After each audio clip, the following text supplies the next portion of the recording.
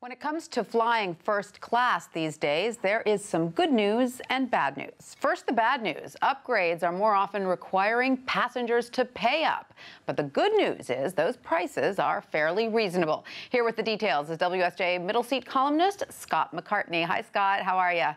Good, Tanya. How are you? Doing well, thanks. So, Scott, is the free first class upgrade, even for those business traveling road warriors, all but gone?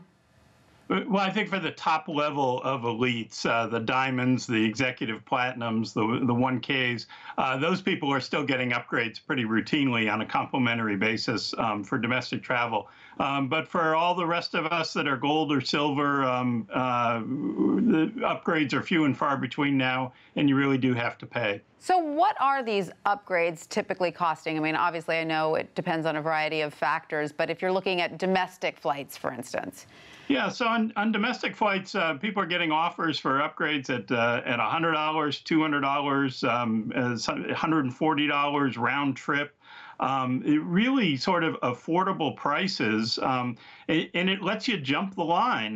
No more, waiting to see if you clear on the upgrade list. Pay the money, and on most airlines, in most deals, will confirm a first class seat for you, and off you go. Wow, pay the money, a little peace of mind and leg room. Does the price stay consistent, though, Scott? I know in your story, one traveler was a little frustrated with the changing offer there.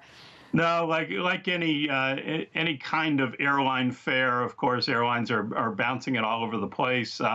Talked to one guy who got an offer for $110 for round trip upgrades in Delta Atlanta to LaGuardia and back home to Atlanta.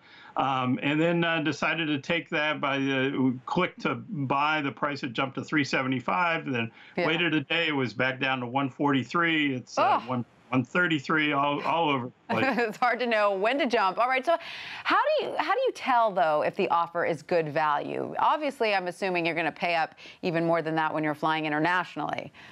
Yeah, certainly international upgrades to business class are becoming more plentiful with different deals, but certainly more expensive. Generally in the $800 to $1,000 range if you're just talking about cash. But for domestic upgrades, some frequent flyers have on Flyer Talk and other social media places have suggested a good rule of thumb might be $1 per minute.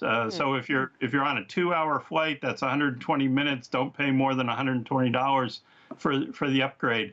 I think it really depends on the conditions. If you're going from, looked at one case, Seattle to Newark. If it's an overnight flight and it's a chance to sleep, I would pay a lot more for that upgrade. And just a whole lot of factors that go into it. A chance to sleep, for sure. Now, a lot of people are paying up, right? Scott, this is proving to be pretty good business for the airlines?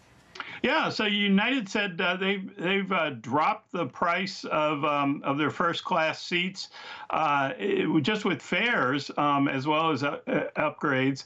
And in the third quarter last year, the number of first class seats that were sold was up 50%. The revenue from domestic first class was up 20%.